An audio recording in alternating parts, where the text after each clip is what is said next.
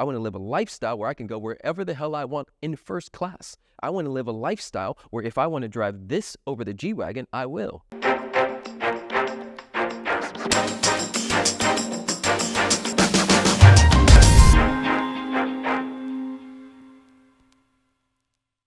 So the concept was true freedom is downstream from financial freedom. Mm-hmm. And I want you to riff on that. I want you to pull that apart. However, the thing I want you to actually firstly pull apart, and this is again for my belief systems as well, is financial freedom. Mm-hmm. And how I could be actually using the wrong terminology there, placing those two words together, because is it actually an oxymoron? Because I'm placing freedom to do with finances. Correct. And that is not going to be true freedom. That. Can you pull that apart for me? Yeah, that's so I got my quote unquote start in this space by calling myself a personal freedom coach, because the realization that I made was that in any direction I went, it always came back to how free, how present, how loving, how available am I in any given moment for what is handwritten on my soul, for the current partner or person I'm with, for my children, for humanity. That's the biggest thing in the game. And so if anything is in front of my freedom, right? If how many likes, if my muscle mass is in front of my freedom, if how many followers, if my wife's approval, if the idea of money and finances is in front of my freedom, then whatever's in front of that owns me in that moment, and therefore it's an oxymoron. It literally, if there's something in front of it, it can't be real freedom, because then the freedom is only dictated on the external circumstances, and the whole reason we're here is to liberate ourselves in such a way that we can receive and understand and perceive heaven on earth no matter what's externally happening, right? Like in the manifestation game, just to go a little bit deeper, nothing manifests in a meaningful way until you're good with or without it. If I need it, if I have to have it, even if I get it, I'll sabotage it, or I'll get it and I'll cling to it, right? People do this all the time in relationships, where they'll get themselves in a state and they'll call in a partner, but then when they start to feel good and it starts to fulfill this idea that this is what I'm supposed to be doing, they cling and they clinch and they try to grab and they almost squeeze the partner out. And it's the same exact thing happening when it comes to career and success and all that stuff. So there's a place where we want or desire something, yet there's also the letting go of it as well. And so maybe if we use the idea or the analogy of the hot girl and where she doesn't care where she's going to attract, or hot guy, he doesn't care what's going on. I be me and I do me, and on a day-by-day basis, and what comes to me is going to come to me. And I don't have that attachment. That the way I think of it is the iron-like grip in my mind on that concept of what it is that I want. But when I am able to, and again, where this is the beauty of being able to hold a paradox, which I think is so important, because there is, desire could be the wrong word. So please correct me where you feel that I have the desire for it, but I don't have an attachment to it. That choose but don't want. So to choose something but not want it, to say, oh, I'll take that, and then relinquish and surrender the like having to have it. That is actually what magnetizes it towards us, because everything on our planet is vibration in a space, and like frequencies want to find each other, right? The river wants to find its way to the ocean, it path of least resistance. And so what happens is everything has a vibration. And so if I choose from the vibration of that, I'll take that or something better, while simultaneously understanding that there's no way for me to miss ever. Even if you lose everything, I still can't miss, because this heartbeat is the universe is God's, Jesus, Buddha, Krishna, Allah. That heartbeat is God's confirmation number that it's not over. So my thought around all materials and all things is, if it's here, it's meant to be here. I don't believe in a God that makes mistakes. I don't believe in a happenstance of a tree or a happenstance of a leaf or a happenstance of a red Corvette. It's supposed to be here. And so that includes me. If I'm still here, even if how I thought it was supposed to go didn't work out in my perception, my limited purview from my human personality perspective, it doesn't mean that I understand the full game. So, I've been teaching a lot, and that's why I wrote this book, Spiritual Millionaire, around this concept, around understanding the laws of the universe so you can use them in your favor. Understanding so that you can use them in your favor. Some people happen upon them, but they don't know what they did to create those results, right?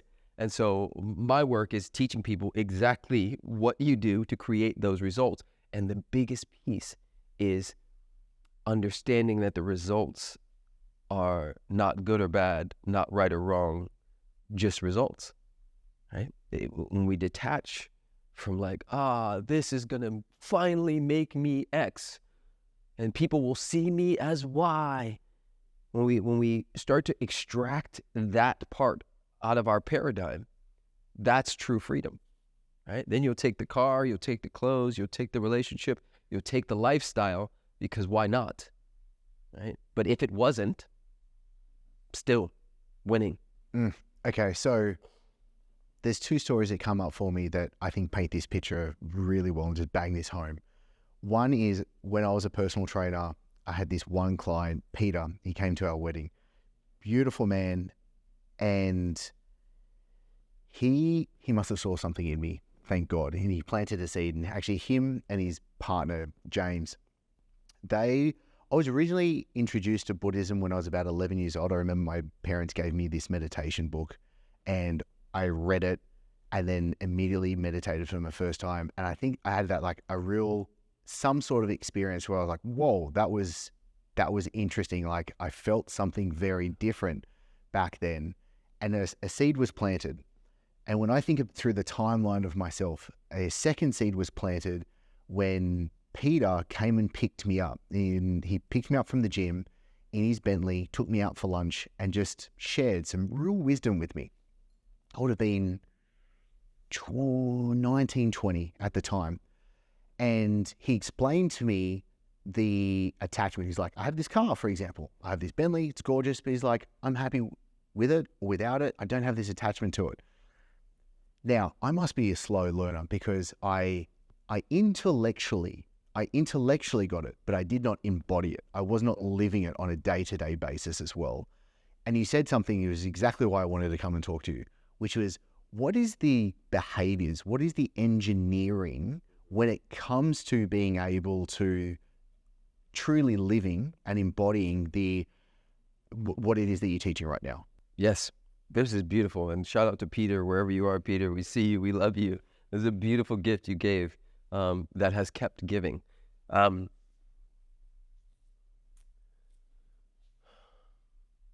So what's beautiful about the personal development, spirituality world is that we've spent a lot of time around mastering our mindset.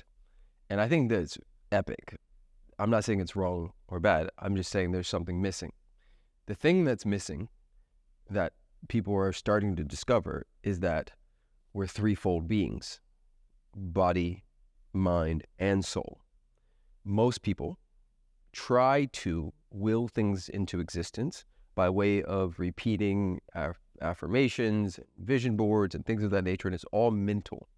And the mental plane, beautiful, yes, not wrong or bad. However, the body has other intelligence, and there's more body than there is quote unquote mind, right? And so my body has its own intelligence. So one of the most important ways for somebody to actually be rich.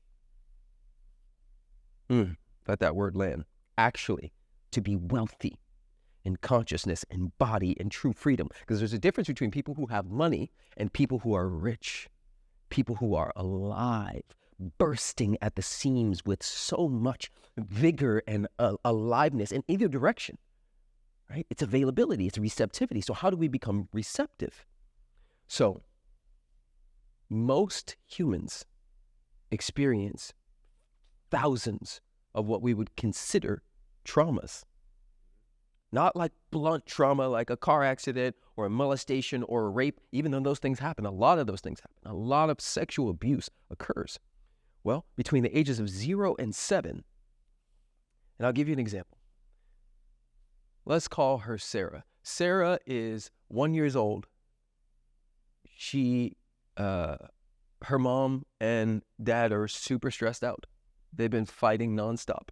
Her mom is still trying to work while breastfeeding and taking care of her, and she's just at her wit's end, and Sarah is crying for mommy. She wants mommy, mommy, mommy. Mommy does not come in that room.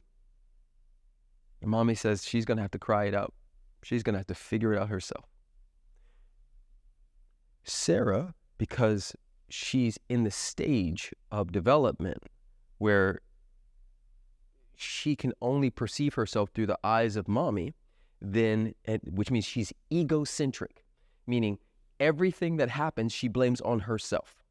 So Sarah then, unconsciously, in her subconscious mind and conscious mind, starts to believe there's something wrong with her. Mommy won't come get me, right? Now, eventually, mommy comes in, she falls asleep.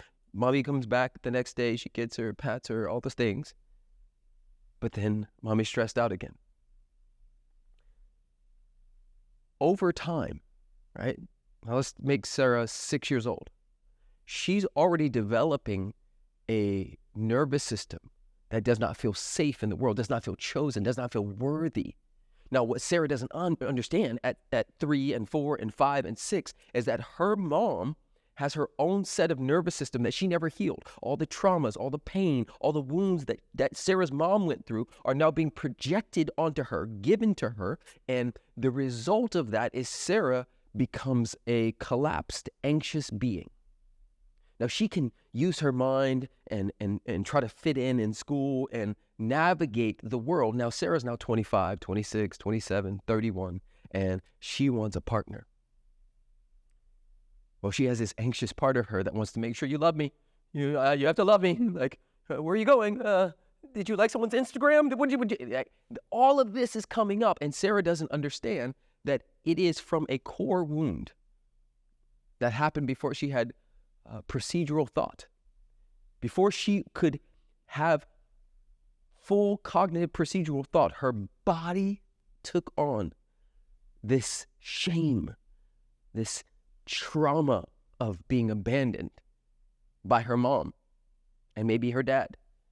And so she'll go to the Tony Robbins and all the different things and go, yeah, and do mindset work. But if she never works on that, then even if she gets the guy, even if she gets the money, even if she sells 10 businesses, she's still not free. So there's a difference between getting things and being free. And the freedom is in freeing the nervous system, freeing the body so that we can listen to that intelligence, so we can feel more, right? We're on this property. I've showed you around a little bit. I've planted over 100 rose bushes and different plants here. And when I go to water those bushes, if that hose is folded in 12 places, yes, will the water come out? Yeah, a little bit. But not as much as if I unkink all the hoses, all the areas where it's not straight. That's what we're doing here. The biggest key to actual freedom, to actual wealth, to actual richness is freeing the body, addressing trauma, shame, guilt, and repatterning the nervous system in such a way that it feels safe and regulated. Most people have not processed easily 100 things, from bullying at 14 to the breakup at 27 to the the losing of the job and what that meant, to the losing of the baby.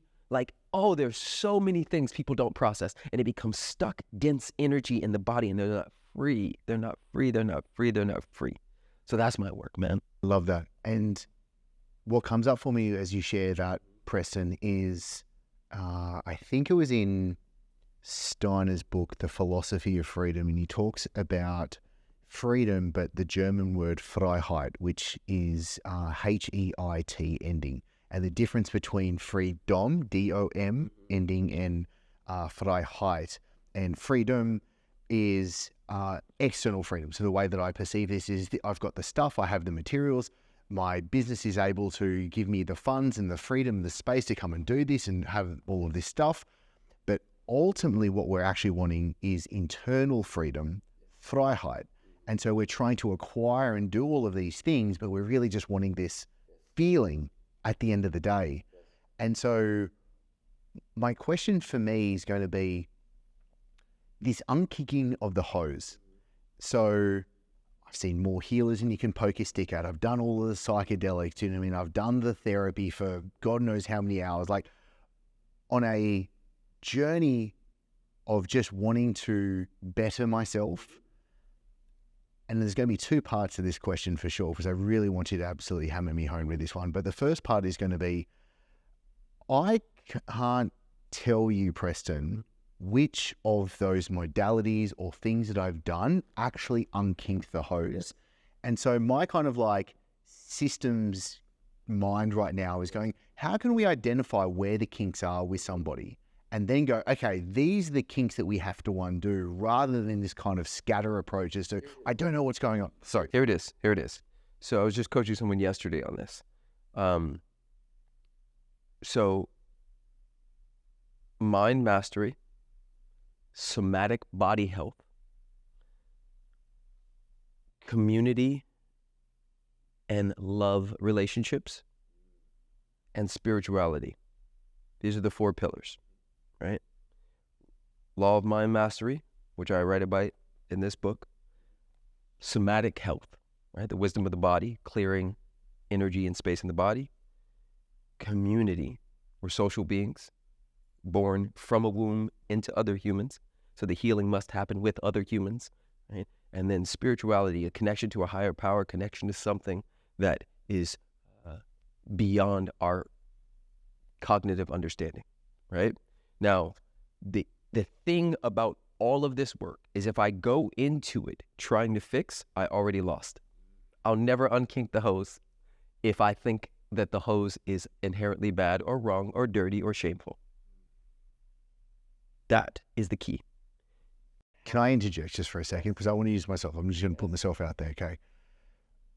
So much of, let's say, in therapy and all this kind of stuff that I've gone through as well, the thing that has come up for me was unworthiness. So as soon as you said that, what I feel inside of me goes, oh, you've been tackling this through the lens, let's say mindset is the lens in which you see the world that shapes the world you live in. You've been going at this through the lens and through the perception and with the intention that you're unworthy, and you're trying to undo this unworthiness in the first place. What is a correct perception for me in that situation? Yes. So again, this is what I'm doing in my work all the time. And I'll start like this. I believe that God is like electricity. Electricity literally never says no. It asks one question, and that is, do you have the infrastructure to plug up what you're plugging up? You can plug up an iPhone, you can plug up a Tesla, you can plug up a city, you can plug up a whole world. But do you have the infrastructure? Have you built the body to hold it?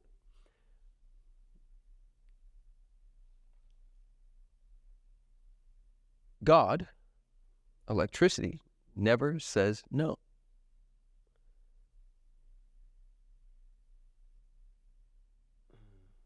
There is a belief, and I'm being very careful about how I say this because I don't want to take anybody's God away from them, but I'm just going to speak to my understanding. My understanding is that it's only yes, and what I know of me and what most people know of themselves is based on a canvas that already had a lot of paint on it. Right? So the idea of unworthiness was fed to you. It was a byproduct of an environmental circumstance where you were not held in a particular way. Me either. So I can make the dissociation from, and I think you're in this process and you've probably already been there, from who I've known myself as and who I actually am.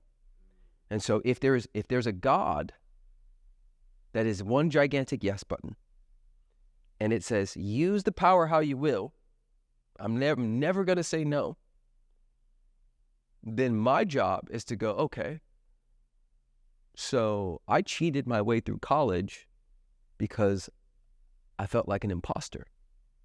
I felt like an imposter because I was in special needs classes with Down syndrome and schizophrenic children and people with Asperger's and things of that nature.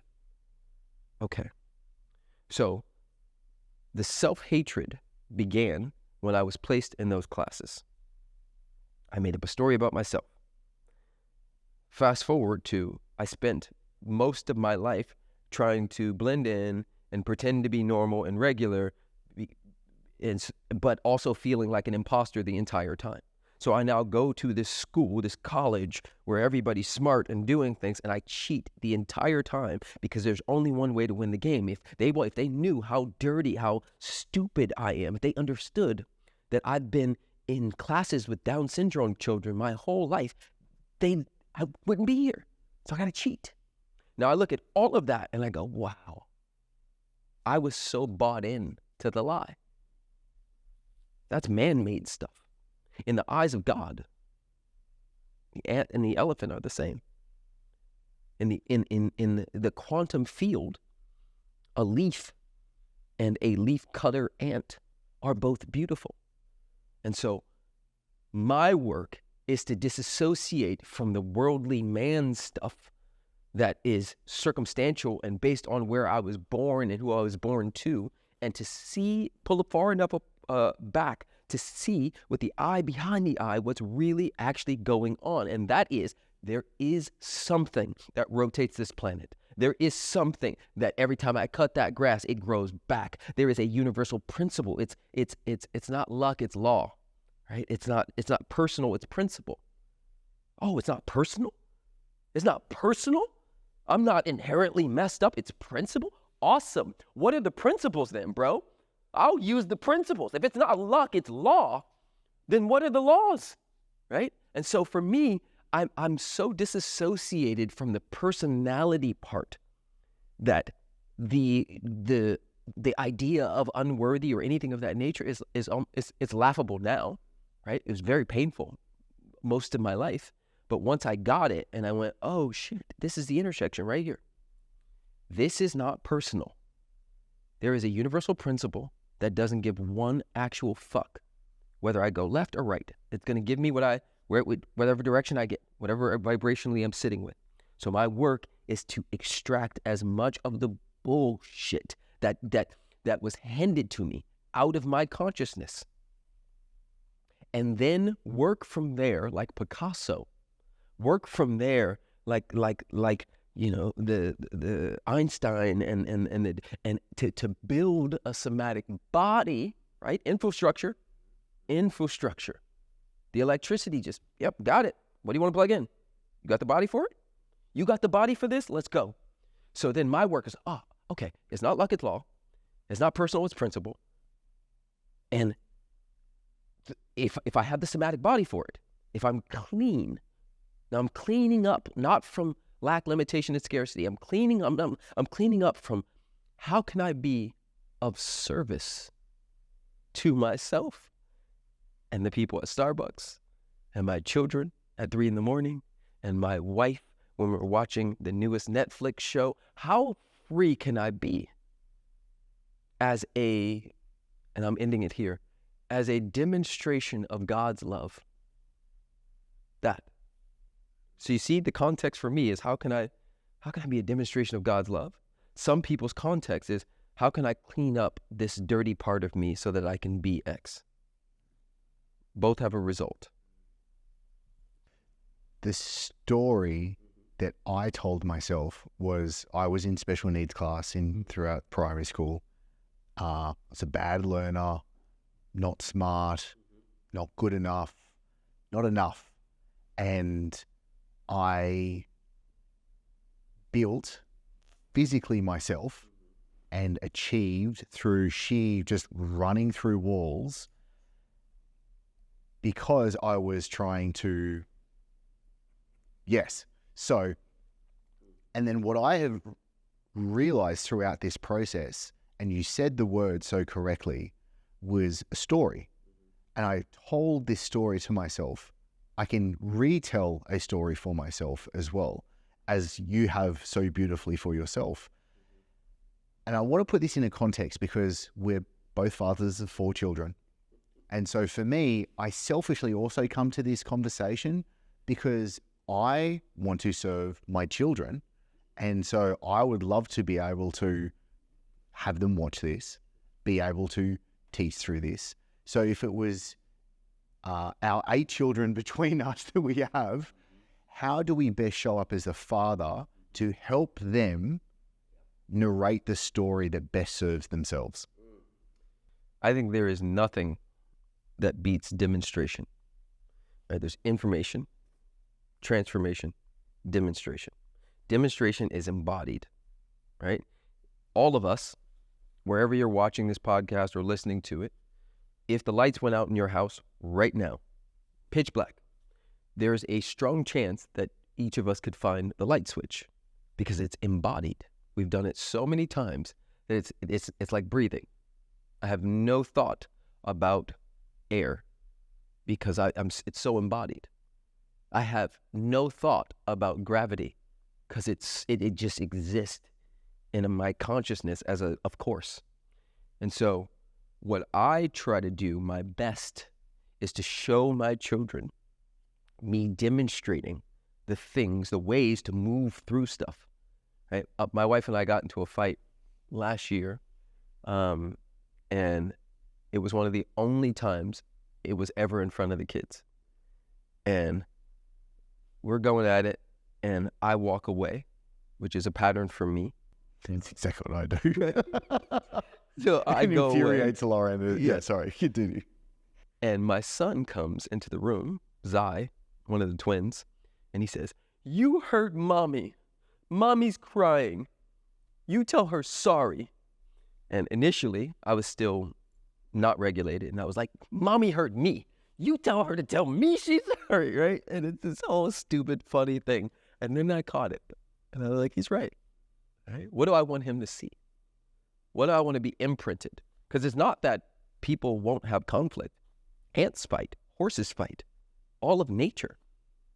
I plant trees out there and invasive other ivy and things try to take the tree over. It's what we do as humans. It's not about not getting into conflict. It's about how you clean it up, how you repair, how you take ownership. I want them to see me working with my hands in the ground. I want them to understand. I've had people come at me and they're like, "Why do you show your kids online X, Y, and Z?" And I explain that if my kids were if I was a farmer, guess what my kids would be? They'd be working in the field with me. If I was a race car driver, my kids would be. They'd know about it, right? They chose me and this life and their mom, all of it. And a part of our collective dharma in this lifetime is to show people what's possible. Period. So am I exploiting them? Absolutely not. Do I show them all the time? Absolutely not. But I do help people see that they don't get to hide. My kids are a part of it. You know, I'll have something and they'll say, "Oh, Daddy, are you doing a podcast today?" I'm like, actually, I am. Right? Okay, awesome. And here it goes. This is one more piece. So my son, Kingston, yesterday, I dropped him off at school, all of them, as I usually do. And as we pull up to the school every day, I say, okay, who am I kissing first? Whose face am I biting first? Whose neck am I biting, right? And they'll be like, oh, Kingston, no, you're going to bite Cece. And they have this little jokey thing. And we get out of the car, and he always wants me to kiss him when nobody's watching, right? And so I'm like, why can't I kiss you in front of your friends, right? And we just laugh, and he's like, no, do it right now. And he sneakily gives me a kiss, but he wants that kiss, right? What I want is for his body imprint, because there's procedural thought, and then there's body imprints that happen. So usually before the age of 5, we don't have actual procedural memories. We just have imprints of what is the masculine to me, body imprint. What is the feminine to me, body imprint. How is the world to me, body imprint. This is why when some people will come to our workshops and they've been molested or raped, at 5, 6, 7, 8, 9, 10, their imprint of the world is it's not safe, right? I had a similar imprint. And so the long story short is I'm committed to letting my kids see me in the fullness of my expression as a human being. Because my parents did the best they could, but they hid parts of themselves. One of the biggest shadows was around sexuality and sensuality. I knew nothing about that. I grew up in a super Christian household where those things were, I won't say shunned, but it was like, that doesn't happen here. Yes, very, right? So I want my kids to see me making out with their mom and grabbing her butt. I want, when they start playing with their genitals and things of that nature in the bathtub, it's not like, hey, don't do that. It's like, hey, yeah, that's your penis, right? It does cool stuff, right? Awesome. We don't necessarily want to do that in public, but like, does that feel good to you? Yeah, it does. It hurts too. And they'll be slapping it, and I'm like, yeah, it hurts when you keep touching it like that, And I'm just, that is the piece, man. Humanity. I want my kids to feel and see humanity through who I'm being. I appreciate so much of that, Preston. And you just actually reminded me something I completely forgot. But there was someone online, it was on Facebook, that posted about whether to show children or not. And I read your reply, and it was beautiful. And I actually shared it with a couple of my friends, and they completely agreed as well. So thank you for that, because that was delightful. And what comes up for me is, okay, I had a relationship with money that was unhealthy the way that I deemed it, coming from a place of lack. And what has been interesting watching myself go through was, so it was a bit over a year ago, I sold the last coaching company. And then I got to a point and was like, I'm financially free, and I'll reword that from now on. So thank you, brother. Independent. I became financially independent. Then I spent about a year consulting CEOs. I did about 220 hours just consulting CEOs, 6, 7, and 8 figures. And I was able to go from 0 to $1 million run rate. It was in 63 days. I was able to do it. Then I started this new company, and we were able to go to $1 million run rate, and it was like a month. And what I found was very interesting was I didn't need it, and I wasn't chasing after it, and it just clicked. And I just found it so fascinating, because I was like, I can see in the stripe what has been going on. So I saw the first company, and it took, like, I was banging my head against the wall for God knows how long. Like, I bled for so much. Like, when we left Dubai, I went to Bali, and that was so I could start the online business. The first 3 to 4 years, I was just by myself in this home office trying to figure this stuff out, barely getting by, struggling for so long.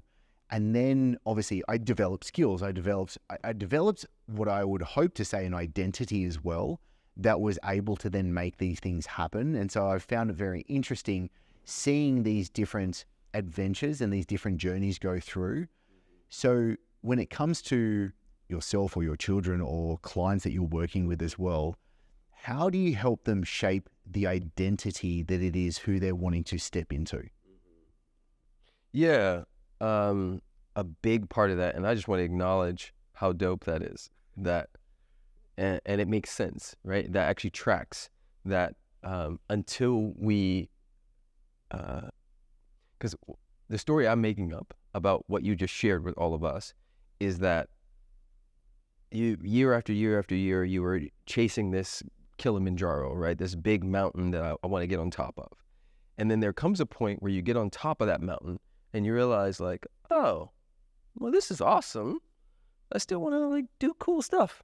Maybe that mountain, right? The moment we get to second mountain, there's a conversation that changes. It's no longer like, I have to prove X, Y, and Z. It's like, oh yeah, got it. Been there, done that. Now the resistance is gone. So the manifestation is easier, right? The manifestation, and I said this at the very beginning of this, it won't happen in a fulfilling way until you're good with or without it, right? And so you became good with or without it, right? Which is why it was like, oh, a year, oh, a month. Like, okay, well, let's do it, right? I no longer need this. Therefore, there's less resistance, less static on the line. And so what I teach people is about the distinction of us being social and historical beings, born into beliefs and interpretations. You can't disown that which you have never owned. So the work is to outsmart, love the old self. And the old self is an entity, right? In the spiritual world, there's entities. It's actually an entity. The old self, and I'm jumping around here a little bit. I think it's William James his philosopher writes about the firstborn and the secondborn. Firstborn self, hustling, trying to make it happen, living primarily from I'll will it into existence and or I'm a victim to. Secondborn self is when, and I'm doing quotes here, you break free from the matrix enough to recognize that there's something for you to bring, for you to give, for you to experience, and it becomes somewhat of a spiritual experience to just play and give your gifts, right? And so the transition from firstborn to secondborn is, one, you have to recognize that you're in firstborn, and that firstborn is an entity. It's an old self. It's an wounded self. That it's an amalgamation. I said it earlier. Nobody's canvas. We don't come into these canvases completely clean. Everybody else's strokes are on there. The colors of the bullies, the colors of your brothers and sisters and how they treated you, the colors of how schooling was for you, the colors of the church and whether you thought you were a sinner and dirty because you looked at your genitals or whatever. All of that's on your canvas in firstborn. And so the first step to removing and extracting and exiting this world is taking ownership and stock of all that was placed in your space that you no longer want to keep. It's extremely empowering to take out a notebook and to go, okay, so let's start with relationships. What did I get/inherit about romantic relationships? Oh, they're hard. They're going to hurt you. Never trust a man. He'll cheat on you. All men are dogs. They all want one thing. Side note, I was coaching a woman 2 months ago, entrepreneur, doing really well. She hired me for business, and we ended up in this particular space where she had not had relations with another man for 14 years outside of her husband, who is now her ex-husband. And long story short, she started dating a guy or seeing a guy, and feelings started to happen. And she came to me and said, I'm going to break it off with him because he just wants to take. He wants to get this, right? Like speaking to him wanting to have sex with her. And I said, is it possible? And that's a pattern and programming that's been sold to you. This idea that men want to take your vagina and like steal from you. And if that's true, is it also possible that he may want to connect and go deeper and feel more and express and experience love through you, with you? Is that possible too? Long story short, that was just enough of a break for her to go, oh my God, I've been thinking this way my whole life. I'm going to give them a chance. She gave them a chance. They're together right now. They're like, it's so beautiful, right? And I say that to go back to the list, right? What have I been fed? What have I been sold? What did Hollywood sell me on money? What did the church sell me on relationship and money and spirituality? What have I been sold? And how much of this do I want to keep for where I'm going? Right? It's like packing a bag. And you're like, oh, don't need that. Oh, don't need that. And we just start Xing out. The moment I'm in a space where I can be separate from, I am now empowered, right? Then we start the journey of really going over there. And a big part of it, Chris, is cutting the second cord. So the first umbilical cord gives us life. The second one holds us back from it. Yes. Parents. There's so much energy around parents and proving and making sure. I work with so many business owners, entrepreneurs, coaches who will withhold stories and things because their cousins are on Facebook and they don't want it to get back to their mom, and they're so afraid of the image that people will see, and because they used to be a hoe in high school, they don't want people to like be like, who, her or him, he's teaching? That guy was a X, Y, and Z. So a big part of it is cutting the second energetic, emotional, umbilical cord from your parents, because that cut symbolizes, I realize that I came from them, but I don't belong to them. And that my greatest gift back to my parents is walking my path. Nobody in my family initially thought I should go into this career path. Now I'm the richest one on all levels, and my family is awesome, right? I had to cut that cord specifically from my dad, because elevation requires separation.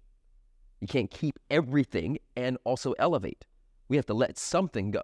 And so I cut these cords, and by cutting them, I created spaciousness for what was calling me, right? The idea is what you seek is seeking you. What you want wants you. This car, these chairs, they all wanted me just as much as I wanted them.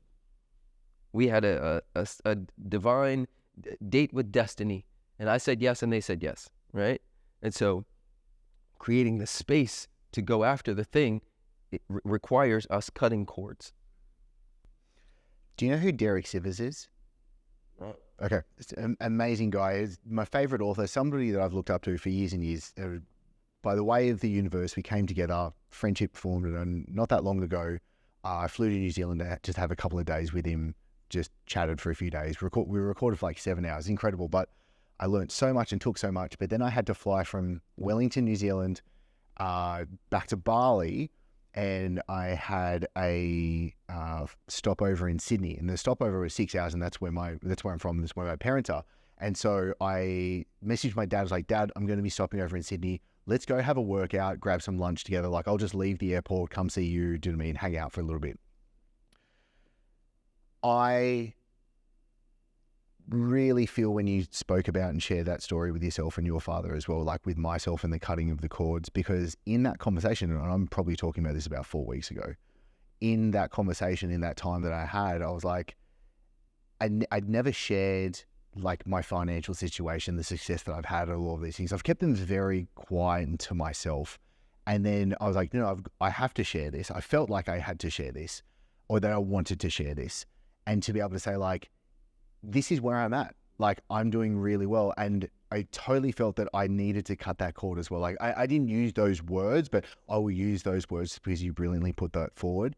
And the freeingness of that was incredible, because I knew that I had taken, my father and my parents have done so well, but I know I've elevated far great. Like, both of my parents were 17 when I came into this world.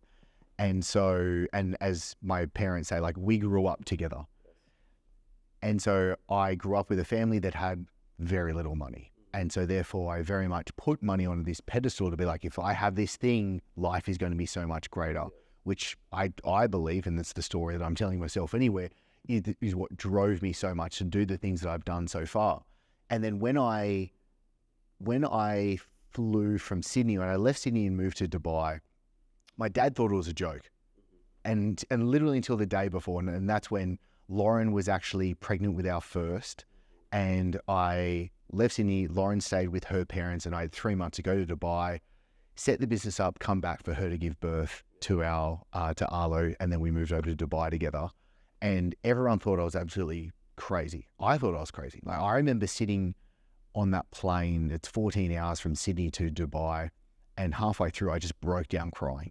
And I was just like, what is going on? Like, I'd given all my clients away, I'd sold my house, like my wife is pregnant with our first child, is back, like the craziest things. And I'm so happy that I did that, because it's led to what it is today.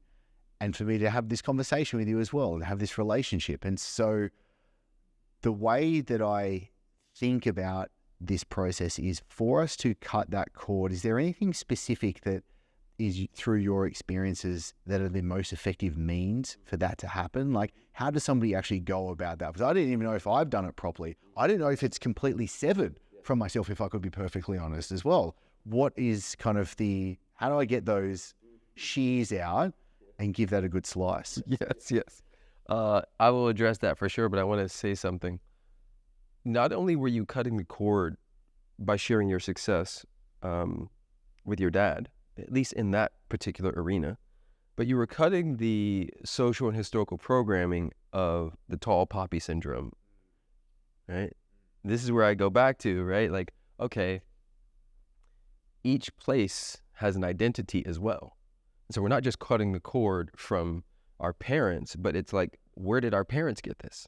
Why is money such a taboo subject? It's because I'm Australian, and the Queen and they sent the convicts, and the convicts, you don't want to be too big for your britches, and the Aussie battler, and all of that is in your consciousness, right? So for you to break free, right, already going to Dubai was a cord cut.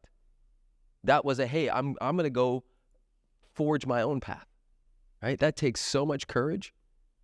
If there's 1,000 dudes in a similar situation, maybe 5 will take that moment. The rest of them will stay. And not that that's bad or wrong, but it takes an immense amount of courage to break out of what the pack is doing. So I just want to acknowledge you for that, man. That's a big deal. As far as like logistical exact ways to cut these cords, it starts with the self, right? Like just energetically cutting them. Like some people grew up in strict households that view things in a particular way. And those same people may have an inkling or a like calling to try something, but then they stop themselves because what would mom and dad think? And what would if people found out, right? And so they block themselves from certain experiences, even if mom and dad aren't there, even if they're not like literally right there. And so one of the biggest ways to start the process is to just do what feels right to you, understanding that it's your journey, your path, your life. And if you're going to fall, you're going to fall forward. If you're going to fail, you're going to fail on your terms. But it is yours to do, yours to experience. One example, just to help you understand this, my dad battled drug addiction his whole life. And so usually what happens when you have a parent who has one of those scenarios is either you go into it just like them, or you go so far away from it to prove. And so my sister and I went so far away from it. And, I can remember being in college, seeing my friends drinking and smoking, and I'd be like, I was disgusted by them. I'm like, you're going to end up doing cocaine, and then you're going to end up addicted. And I was so judgy, right? And the truth was that I wanted to try some things, but it threatened the identity that I created based on my dad. And it also had so many roots in it because of the fear of turning out to be like him. And my whole drive was to prove that I wasn't like him. Since 13, I've been just like, okay, if that guy does that, I'll do this. I'll be the man of the house if he's going to fuck this up, right? And so what happened for me was there was a point, I was 26 the first time I ever did psilocybin mushrooms. And it was such a breakthrough for me because my dad was still alive, my mom's, everybody's still around. And yet there's this part of me that's like, oh, I think I'm supposed to do this. And my friend was like, I got you, bro. Let's go to Joshua Tree. And we went out into the desert. And I had such a profound breakthrough. And that was a part of the cord cutting process. So we can get to the logistical exact conversations. But before we ever get to any of those conversations, it's just on a day-to-day basis. What are you going to do? Right? Some people, this is down to the stupidest, most minute thing. Some people grew up in households where after you eat, you wash the dishes immediately. But you may go, well, I don't want to wash the dishes immediately, right? That's breaking of the cord. That's cutting the cord just to go, well, no, I'm going to sit them there for 3 days just to prove that I don't have to, right? It's breaking these habits and these patterns that were based off of what was handed to us. Now, just go a little deeper. I did have a conversation with my dad and some of my friends, and this is how the conversation went. Hey, Dad, I know you love me. I love you. And when you call and you ask for money and you complain about certain things, I have this crazy stress response that comes up for me, and I'm simultaneously realizing that there's something for me to do in the world, something for me to go get. And I think for me to go get that thing, I need to stop talking to you as much. And I'm going to be back. I'm not gone forever. I love you, but I'm going to need some space just to go like be in my own world for a minute. And what's beautiful, and God bless my dad's beautiful soul. He's since passed away from the very thing that I thought he would pass away from since 13. But he got it. He got it. My dad got it. And he said, okay, go do your thing. I love you. I'll be here. And my friends did the same thing. I said, hey, I'm not going to be able to go to the club. Don't call me for the parties. Don't call me for the nightlife stuff, because I'm going to be up at 5 a.m. surfing, meditating, journaling. I'm going somewhere. I'll be back. I love you guys, but I'm not in that groove. And call it luck, call it what you will. But because I didn't have a lot of blame going towards them, and it was more about where I was going, they were able to hold it. I think where my journey would be a little bit different was where I have not had those conversations. And so I remember seeing my father drink a lot, having an Irish background. And I remember very early on, as a youngish teenager, being like, I don't like that. There's something that I don't like that. I knew as well that they'd smoked cannabis. I knew they'd grew it as well. And so like, I haven't drank alcohol for 11 something years now. And I remember as well, the first time that I had psilocybin mushrooms, because I just not done drugs. I've not done party drugs or like any of that. I was actually on a silent meditation retreat in Bali the first time I took mushrooms, and had such a profound experience. But I had to like pep talk myself into it, because it was like, oh, but like drug, and this comes to the poverty of our language as well. It was drugs. It's like, hang on, there's difference of what's going on between these substances or chemicals that we may be using, between alcohol or cannabis or mushrooms or 5-MeO or whatever it is that you're going to be doing. And so for me, there was this huge action that I had to take to be able to then go through that experience. That was like, oh, okay, like now I can see to the other side. And then what's coming to me as well is the judgment in which I have placed so many things, good, bad, right, wrong, and where at the end of the day, none of it really matters. And it's I don't want to say that in the too lighted way, because there is relative truth and there is ultimate truth. When it's right is right and wrong is wrong. Yes.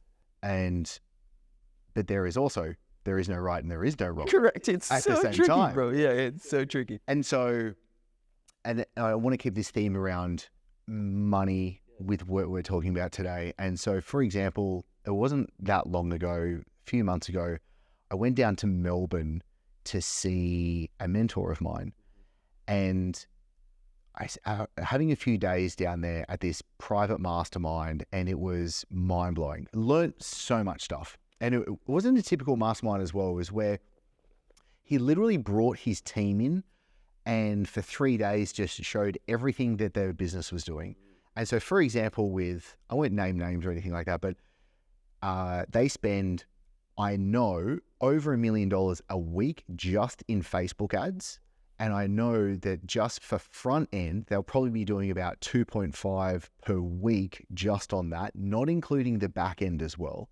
Whoa. So this is a 9-figure revenue business that they're running. And I got to see the entire team, what they're doing. Like they shared their swipe files, they shared their ads, they shared all the split tests they run. Like I got to really geek out on all of that business stuff that I love so much.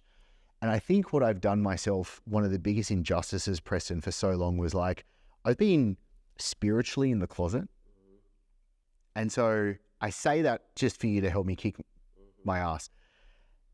But what I took away from it so much was seeing his relationship to money was mind-blowing for me.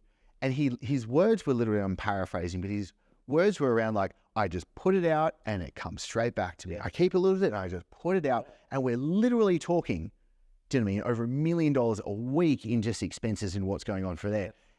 And what I found interesting, so the first day I flew in, I got the overnight. So I literally got the red eye, flew into Melbourne, got there, caffeinated the hell out of myself. We started at 9 a.m. We had all dinner together. So we didn't probably leave until, let's say, 10 or 10:30 p.m. that night. We got back in the morning, 9 a.m. the next morning. He walks in the room and he's like, everyone have fun. We're like, this is incredible. There's a small little crew of us. And I was like, this is some of the best in this room as well. And I was like, this was incredible day. So pumped up for this next day. And he goes, yeah, we did about $250 revenue yesterday. And I was blown away by two things. One, okay, that's an incredible day. But I was like, hang on. Wait, 250 million? No, sorry, $250,000 revenue just yesterday. Okay. And I go, hang on. All of you guys were with us. Yes. You weren't even working in the business. And he's like, yeah. And I was just like, oh my God, like this is a new level that I now see. And so when it comes to the relationship with money, Preston, for me, one term is I want to be able to be exposed, also like almost like through osmosis, like want to just being in there, being in that presence, and that energy was just transformational as it was there. Are there any other ways somebody can better their relationship with money? Yes, 100%. So first thing is I would suggest that people stop saying spend money. I'm spending money. And replace spend with circulating. Because to circulate is to return back to the sender, exactly, right? So when we circulate, which is what all money is doing, it comes back. It doesn't, maybe it's not the exact same dollar, right? The richest people I know, I was with a friend yesterday. My wife and I went on a double date with some friends of ours. They make $38 million a year, private jets, all the things. And it was so interesting. It's been interesting just hanging with them. And as we were walking out, they were like, oh, by the way, we have our Vail house in Colorado. If you guys want to take it, there's 16 bedrooms and you can just take it whenever you want, right? And they're just so generous, right? So generous, right?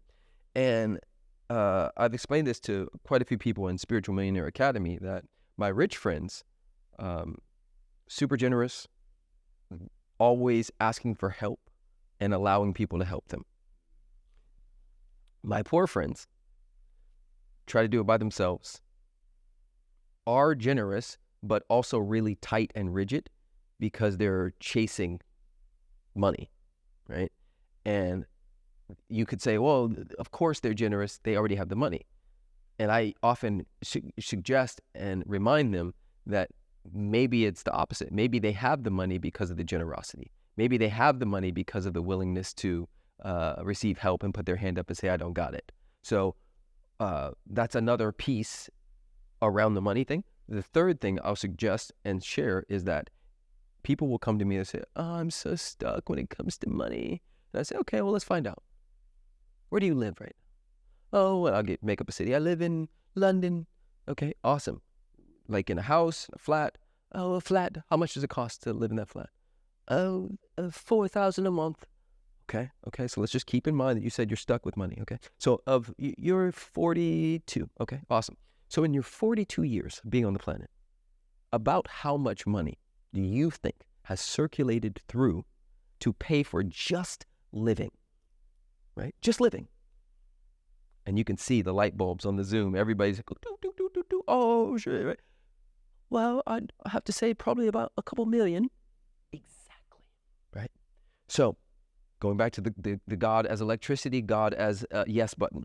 So if you come to me and you say, I'm stuck around money, more than likely you're not stuck around money, but you have a perception that you are. And because of that perception and the emotions that are attached to it, the universe, the great electricity, the great quantum field says, I just will only match what's your dominant vibration. So then you get more of that, even though it's not actually true. With my coaching clients all the time, I say, is that a fact or a philosophy? Because there's a big difference between a fact and a philosophy. And oftentimes we'll find that it's a lot of philosophy that is being held as fact. And so what I do is I go, okay, every dollar, every euro, every kwan or whatever language, whatever, that's in your account is beautiful. Just like every shirt in your closet is beautiful. Just like every hair on your head is beautiful. You tell me where God isn't. So the idea that you're stuck is actually a lie. Because if there's even $4 in your account, you have money. You produced money. Did your rent get paid this month? Oh, then you're not stuck with money. It's more of how do I expand my capacity to hold more of it? That's a different ballgame. And the expansion comes from actually knowing the truth, despite what you believe are facts. Know the truth despite the facts. So what's the truth? The truth is that money is circulating everywhere.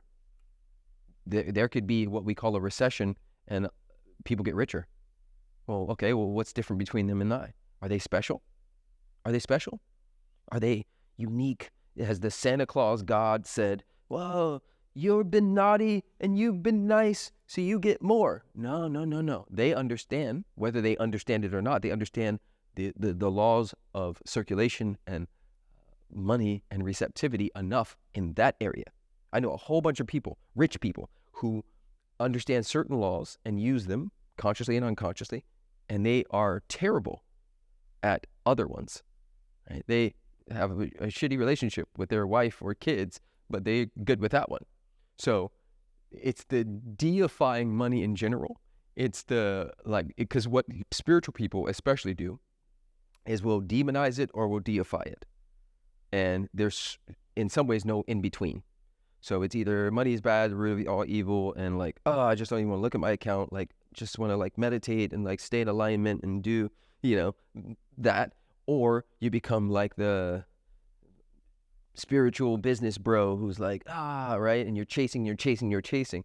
And to me, the truth encompasses all of that, right? And it deletes the idea that it's God or that it's the devil. It just is. And it's circulating and flowing all the time. And as you begin to be aware of, one of the laws I have in here is the law of value exchange, right? We are paid to the degree that we create value in the world. And not just create it, but hold and understand the value, right? I'll give you another example. Somebody could look at a tree and I'll go, is that valuable? And they go, yeah, it's valuable. And we cut a slice of paper off that tree and we go, is that valuable? Maybe 10 cents. We take that same piece of paper and we stamp some green stuff on it. We say $100 bill. And now you go into a conniption, right? Now it's so valuable. Oh, it's my God. Oh, right. Well, it was the paper, it was the tree, it was the paper. And now when the green stuff's on it, when the dye is on it, you now have a visceral reaction. The work is to take the visceral reaction out. Can I have the same reaction to the tree, to the paper clip, to all of it? Knowing, and this is the piece, when I'm coaching these people, I'll say, okay, so what does your ego mind want you to believe? They're like, well, if I don't get another client soon, I'm going to be sleeping on the streets and starve to death in the streets of Calcutta. And I'm like, okay, awesome. So what's the likelihood of you sleeping on the streets of Calcutta? Have you ever slept on the streets? Has there been one single day where you haven't eaten? Has there been one single day where you couldn't get clean water? Has there ever been a moment in all of your business, career, X, Y, and Z where you've had to beg on the side of the road? Well, no. Okay, so you have zero evidence for that lie, that philosophy, that virus of the mind that is taking you over. And that has an effect. Again, we gotta separate ourselves from the entity. That entity, once it's a hungry ghost. It'll never be satisfied. So we cut all cords from the entity and remember the truth that there's a intelligence that doesn't necessarily care, but has imbued us with the faculties to shine bright. Right? It doesn't care whether the rose bush reaches high towards the sun and opens up in a particular way, but it gave it the faculties to do it. So the rose bush says, well, I'm in the ground. I'm in the law. Might as well shine. Somebody's got to drive the Lamborghini. Somebody's got to shine in this particular way. Why not me? That. I had a thought not that long ago. This is a few months ago, probably towards the start of the year. I don't know when it was. And I had a thought that I'd never had before. And I wrote it down and I read it often because it vibes with me. And it was, somebody has to be the man that has it all. So I choose that to be me. And at the start, I felt this humility. I think I've had this real toxic humility, to be perfectly honest, as well, that I really kept. I didn't want to shine. And you said it before, which I have this interesting concept, especially, you know how Aussies operate, where I actually want to be able to do something where it's growing tall poppies. Because I had that thought, and my first reaction to when I had that thought, and it was interesting watching this conversation go on. So my first reaction to that thought was like, you egotistical bastard, why do you believe that you can have something like that? Why would you think something like that? Like, that is just beyond you. That is not you. Da, da, da. And thankfully, I saw the thought, put this subject-object relationship to it, and was like, able to be like, well, is that true? Able to question it. Able to literally get my journal out and be able to have a conversation with it as well, to then go, no, that is what I want. And that feels true to me. To whatever extent that it is, that's the way that I've got to be able to go through it.